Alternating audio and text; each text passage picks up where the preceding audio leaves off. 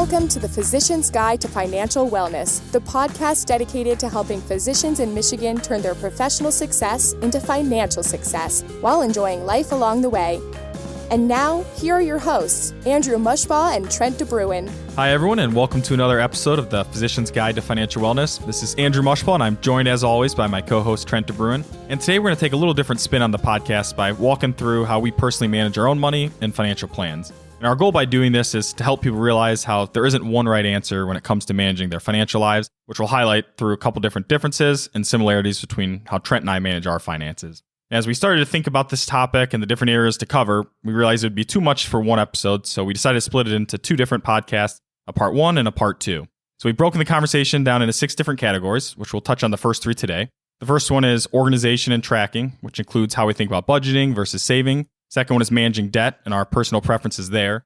The third one is cash flow and how we prioritize and save. Fourth is how we manage our investments. Fifth one is risk management, which is looking at estate planning and insurance. And the last one is balancing it all and putting the pieces together. And for both of our wives listening to this, no, this does not count as our annual financial plan review. Yeah, I guess that's the first similarity for us, that we both have wives who are 100% interested in delegating this to us. Yeah, exactly. Well, let's go ahead and dive right into the first topic of organization and tracking. So why don't you go first here and walk through how you think about it? Yeah, with the first area we're going to touch on, it shouldn't come as a surprise for anyone that's listened to other podcasts. And the first step for organization is tracking our net worth, which is all of our assets and liabilities all in one place. And as we mentioned on other episodes, your net worth is your assets, which is what you own, minus your liabilities or debt, what you owe. So it's a measure of wealth. And this gives a snapshot of where we are today and is something we look at each year and serves as a benchmark ongoing to track. And similar to our clients, I have all of our accounts linked in our retirement software, which allows the net worth to be tracked on a daily basis. Now, I certainly don't check it every day, but I do like to check in at least once a week, along with checking our bank account balance and credit card balance every day. All right, we're not even a couple minutes in here, and we already have our first difference. Yeah, well, I guess that didn't take very long. It definitely didn't. Yeah, and while I like to check my net worth frequently, I'm convinced that if a hacker was ever able to show up as Amazon on a credit card statement, I would literally have no idea it was fraud. And I'll touch on this more in a second, but I don't check these balances each day because I'm a strict budgeter, but rather I just like to save and see the net worth gradually growing over time. And it's been this way since I was a kid, where I generally enjoy dropping off $50 or $100 at the bank. And on the note of checking the balances and transactions, I actually hate budgeting. So I don't like to track how much we're spending each month in certain categories. I know roughly how much we're spending each month within $500 or $1,000, but I don't like the idea of saying we can't go to dinner tonight or don't buy Grant a new shirt because we're at our budget for the month. And I don't think Jenny would listen either way about the clothes regardless. But with that in mind, it may sound irresponsible that a financial planner doesn't precisely track spending, but the reason I'm okay with not tracking so closely is because I know we're on track hitting our savings targets for the various goals that are important to us. And this is a common theme that we talk about with our clients, which is once you have the context and understand what your trajectory looks like with your current savings toward retirement, college, a home, it gives you the flexibility of what you can do with whatever's left over from a cash flow perspective. And as a natural saver, this has been a work in progress for me because I always like to be ahead of things and would rather save money than spend it. But it's important for us to enjoy things along the way. And for instance, we took a trip to Greece before having Grant. And while I would have loved to have saved and invest that money, and it definitely stung at least at first paying for that trip, we had the best time and the memories are worth more than everything that we paid for it. That's definitely kudos to my wife for helping me with this part of it. And since I don't strictly budget, I like to have a cash buffer by keeping enough in our checking account for any expenses ongoing where the balance should never drop below $3,000 or $4,000. However, if we spend a little more than normal a month, I know that I can always tap into our emergency fund, which we keep about $20,000 in. And I can always tap into this, but rarely ever need to. And if I do dip into the $20,000, then I make sure to fill it back up the next month. And going back to when I was a kid, we had an allowance for doing chores around the house, making our bed, and keeping the room clean. So we'd get our $20 each month if we did that, and my mom would have us bucket out, literally in a plastic cup, where we'd put $2 in charity, $10 in a savings bucket, and then could decide how to allocate with the remainder of the cash from the allowance. And this is carried over to my adult life, where I just like to bucket out with different bank accounts. So for short-term goals, like the trip to Greece, or when we were saving for our down payment, we had separate accounts for each where I would save to. So ultimately, between knowing that I'm hitting our savings targets, bucketing out for these bigger ticket expenses, and keeping enough in cash between checking and an emergency fund, it gives me that peace of mind that I don't have to strictly budget and track expenses, which Trent always laughs at me for this. And it's again why people have different quirks or things that help them with managing their own finances. Yeah, I don't know what it is with the Mushbaugh family and their buckets, but your mom is definitely one of the most organized people I know when it comes to that. Yeah, she really is. And unlike me, she tracks literally every dollar they spend. So that part definitely didn't carry over, but it really carried over to Jen, didn't it? Oh, absolutely. Which is why it's so confusing that Jen always asks me to stop resubscribing her to mint.com. Yeah, that was one of my favorite texts when she sent that to our group, and it still makes me laugh. And for those that may be confused right now, Trent and I are brothers-in-law, so he's married to one of my 3 sisters. Yeah, I guess we should have cleared that up before, but yeah, I think she'll eventually come around to appreciating mint.com one day. Yeah, fingers crossed. But all right, why don't you walk through how you think about organization and tracking? Yeah, so I'll jump on the hot seat here, and as you'll see, there are definitely some similarities and some differences between Andrew and me when it comes to this area. So I am similar to Andrew in that I like to have all of our accounts linked to the financial planning software, so the numbers and our net worth are automatically calculated and updated on a daily basis. And I'm sure many of you are the same, but for me, there's just a peace of mind and comfort that comes with being able to see everything all in one place. It just helps me feel more organized and on top of things. But where I differ from Andrew is that I don't check everything quite as often. I'll check the bank accounts once a month, but I don't check our net worth more than once or twice a year. I definitely like to see the net worth and the account balances grow over time, but I don't get the same amount of satisfaction from seeing the changes week to week or month to month. And I feel good knowing that if I'm doing the other things right with managing our finances, that annual growth in the account balances and net worth is going to take care of itself. And when it comes to budgeting, I'm similar to Andrew and probably many of you in that I don't like to do it. So I also take that reverse budgeting approach in terms of first and foremost hitting our savings targets, then knowing that what's left over is theoretically available to spend. I still track and look at our spending once a month, but not from the standpoint of making sure we're sticking to a strict budget, but more so just to have a general idea of our spending and being able to keep an eye on the trend to know how it's changing and if it's changing much over time. And we joked about mint.com, but it's actually really helpful for tracking spending. It's a free online tool, and you can link all of your different bank accounts and credit card accounts to it. Then it records all the transactions and classifies them by category, so you can see your spending breakdown by category over any given time period, and also track the trend over time. And when it comes to spending, like Andrew, I tend to be more of a natural saver, probably to a fault. So one of the things Jen and I decided to do with our finances early on in our marriage is to set up 3 different bank accounts. A joint account, an account for me, and an account for her, which we call our discretionary accounts. So while our household's paychecks and income flow into the joint account, what we did was set up a monthly transfer of a certain amount of money to each of our discretionary accounts. So the joint account is our base account for covering all of our joint household expenses and expenses related to the kids. And then our discretionary accounts are our personal accounts where we have complete flexibility to spend guilt-free on ourselves. So if I want to buy a nice bottle of scotch or play golf, I can pay for that from my discretionary account without feeling bad about it.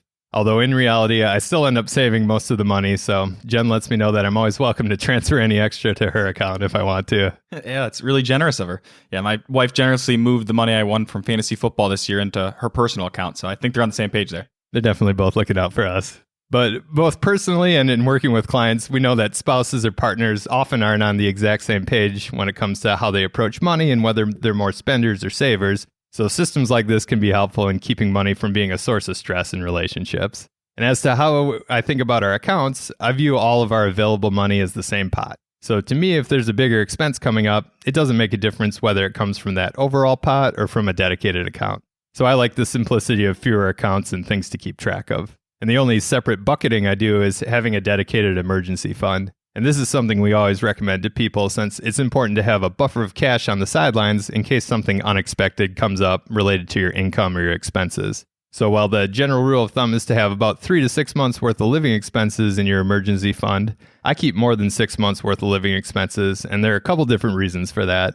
The first is just that Jen stays at home with our 3 boys, so I'm the sole source of income for our family. Although I always have to point out for the record that even though Jen's job doesn't pay anything financially, it's definitely more mentally, physically, and emotionally challenging than mine. But because our household relies on one income source, I have a larger emergency fund to protect against any risks associated with that income. But the second reason for having a bigger emergency fund is much less logical. So when it comes to money, we all have perspectives and stories that we tell ourselves based on our own life experiences and upbringing. And Andrew and I call these stories money scripts. So for me, when I was growing up, my family didn't have a lot of money, so I came to view money as something that's scarce and should be protected, which is reflected in my saving and spending behavior as well. And along with this, I also have a money script that says money is security and peace of mind. So having more in cash in an emergency fund, it just helps me sleep better at night. And I know it's not the financially optimal approach, but the intangible benefits are worth a lot, and I value them over the financial benefits of having a lower cash cushion and doing more with that extra money. But that said, I still try to be as smart as possible with the cash I keep on hand. So rather than keeping it in a traditional bank that pays almost nothing in interest, I keep it in a high-yield savings account at Ally Bank, which is currently paying 0.5%, so I'm at least earning some interest on that money that's just sitting there. Yeah, although I haven't really enjoyed the steady stream of emails from Ally over the past 12 to 18 months that keep telling us our interest rates continue to drop. Exactly. Although I guess it's still better than the 0.01% that most of the banks are paying. That's true, but with the declining interest rates and saving accounts, that's not enjoyable to see, but the positive is that interest rates on debt have also decreased. And that's a good segue into the second area, which is about debt, and we'll talk about how we view it and how we manage it in our own lives. And when it comes to debt, this is another area where there's a wide range of how people feel about it, which before I talk about how I look at debt, a lot of my perspective comes back to how I think about bucketing and saving for things along the way, with always liking to feel quote unquote ahead.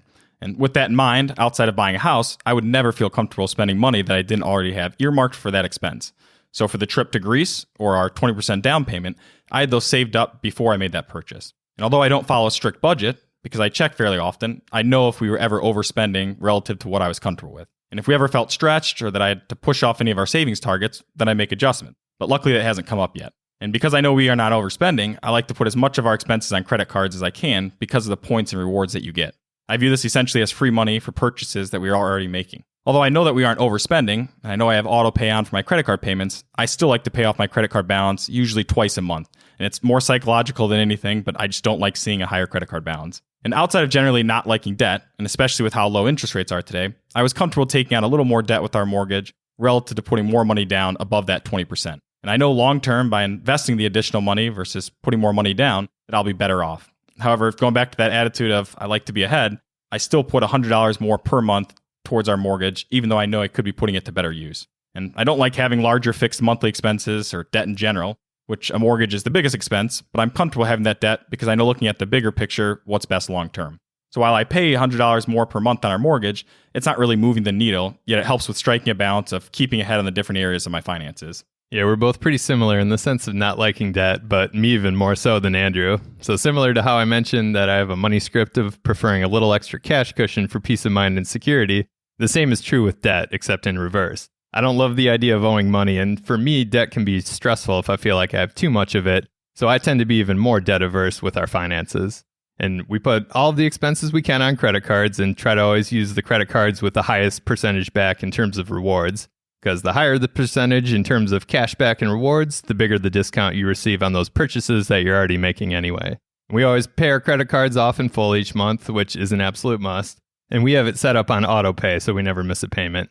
And like Andrew, I'll sometimes pay off the credit card balances twice a month, which in addition to the psychological feeling of seeing lower balances, one of the factors that goes into determining your credit score is the percentage of your available credit that you're using at any given time. So keeping lower balances relative to your available credit helps in that regard. And when it comes to our cars, we don't have any car loans. Jen has the minivan for hauling the kids around, and we own it outright and plan to drive it for many years, so we should get our money's worth there. And for my car, we lease it mainly because we're able to deduct some of it as a business expense, so that's an additional benefit. And with the home, I went a different route than Andrew. So rather than putting down the traditional 20% when we bought our house, we went ahead and paid for it in full. And there are a couple reasons why we decided to do that. First is just what I mentioned in terms of being more debt averse and not liking the feeling of debt hanging over my head. But second was the timing and our life situation when we bought the house. We bought it back in 2018 when we moved to Michigan, which at the same time I'd left my job in Chicago and was starting the business with Andrew. So I knew cash flow for our household was going to be tighter initially as the business was getting going. And I wanted to have less in the way of fixed expenses each month by not having a mortgage. Also, when we bought our first house in Chicago many years back, we put down more than 20%, and fortunately the price appreciated during our time living there, so we were able to walk away with a large amount of equity when we sold it. As Andrew mentioned, given how low interest rates are now, over a longer period of time, you'd expect to earn an investment return higher than current mortgage rates. So in that sense, our approach isn't the financially optimal move, but again, I put a lot of value on that peace of mind and reduced stress that comes with having less debt. So it was something that I was happy to do because it was the best overall decision for us when weighing both the financial and the non-financial factors. And this is why when working with clients, we put so much emphasis on the fact that everyone is different and how it's important to weigh both sides of the equation. It's always a balance between the financially optimal decision and what's going to be best for the individual in terms of making them feel good and meeting them where they are. And typically, it ends up being a balance. Yeah, it really always does come down to figuring out that right balance for you, which is a good segue into the last topic we'll discuss, which is saving, prioritizing, and managing the cash flow. And this is definitely the biggest gray area. And again, I sound like a broken record here, but there's no one right answer. And this is where you see the different parts intertwining and why getting organized and having context allows you to break down this gray area into more manageable, bite-sized pieces to create a plan that works for you. And just like we talk about with our clients, Jenny and I follow the same advice with looking at retirement and working backwards. So while I generally never want to retire, I have a goal of being financially independent by 55, which my core tendencies here are clearly hard to shake. Oh, I'm right there with you.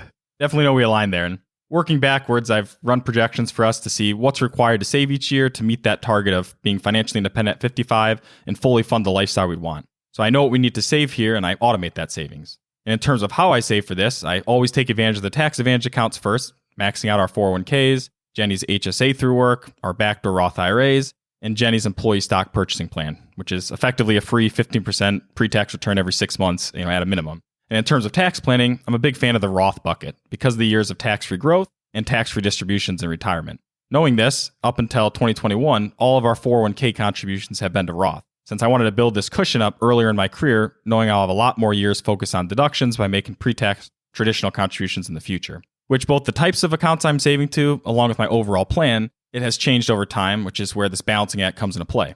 And this is where I take our own advice that not every decision has to be the financially optimal choice. For us, starting a family and buying a house was an important goal. And with starting MD Wealth Management, we wanted a clean slate, so the only clients we started with were, grandma and our parents. And this meant I wanted to have a bigger cash buffer for day-to-day living expenses during those first 1 to 2 years, while also knowing we were saving for a house. And fortunately, my wife works too, so we lived off her salary and were able to save everything from our business toward that down payment. And I bring that up because for the first year of our business, I didn't max out both of our retirement accounts, and instead focused on saving for our down payment.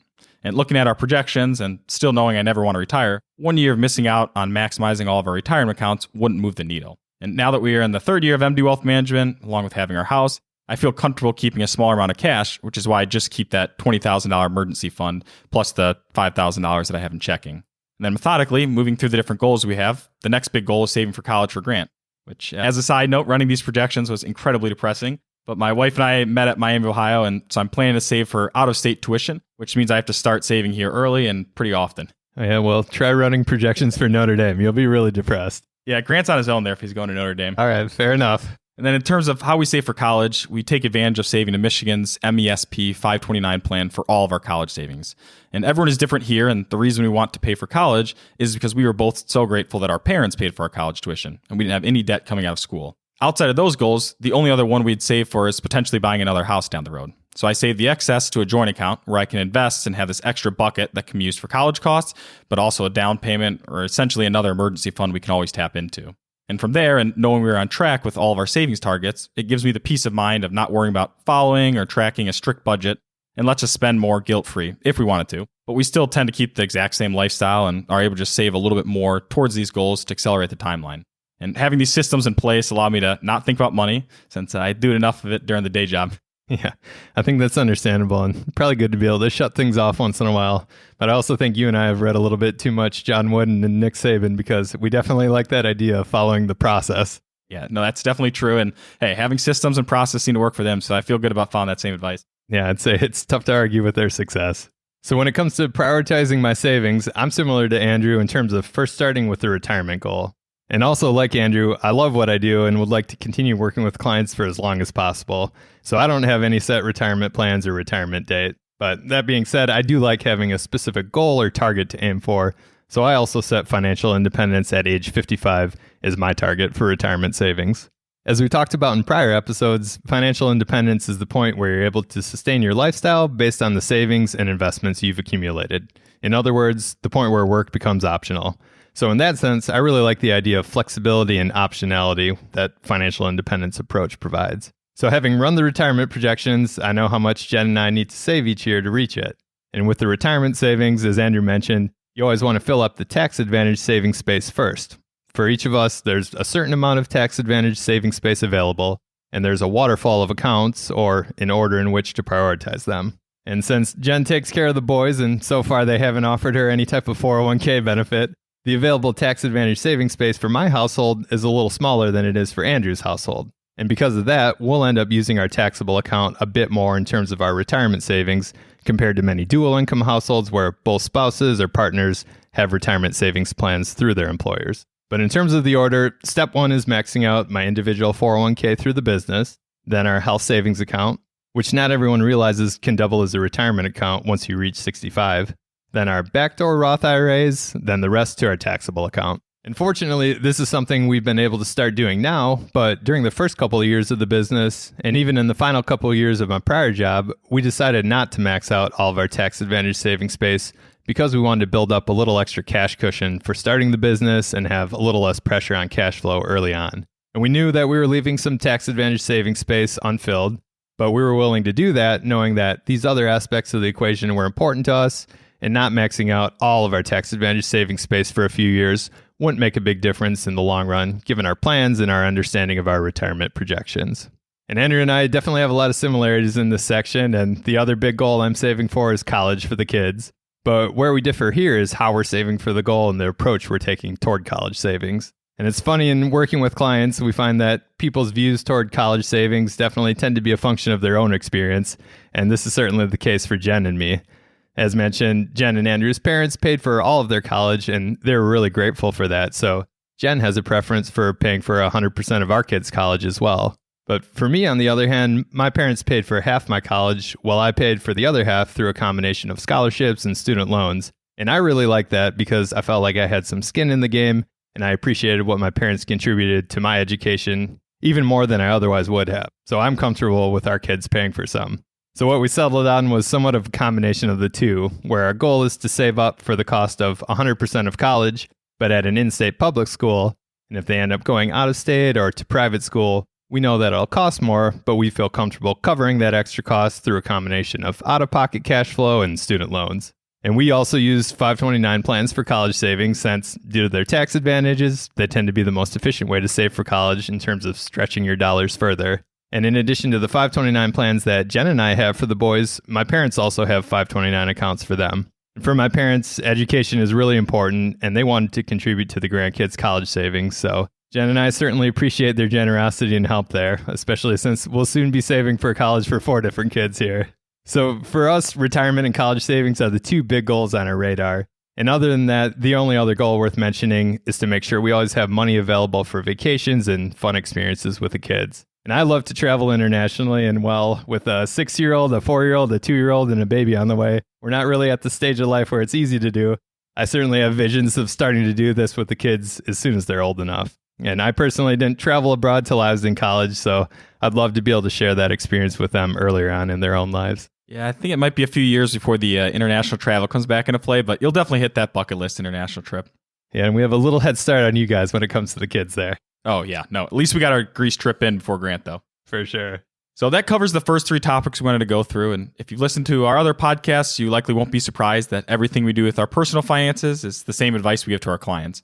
But I hope that you can see how, despite the overall advice and message being the same, each person is different, which is why we always encourage people to focus on what's most important to them versus what's important to someone else. We usually do a recap here at the end, but going along with the same message that I just mentioned, there isn't one right answer. So the biggest takeaway isn't something specific. Rather, we want you to take away the idea that each of these different areas are important to go through and address, but make sure it's tailored to you. And we'll talk through the final 3 parts of how we manage our finances on the next podcast, which include how we manage our investments, looking at risk management between estate planning and insurance, and finally balancing it all and putting the pieces together. And as always, we appreciate you joining us for another episode of the podcast, and thank you for the time you spend with us. If you have any thoughts to share or questions you would like to have answered, feel free to email us at info@mdwmllc.com.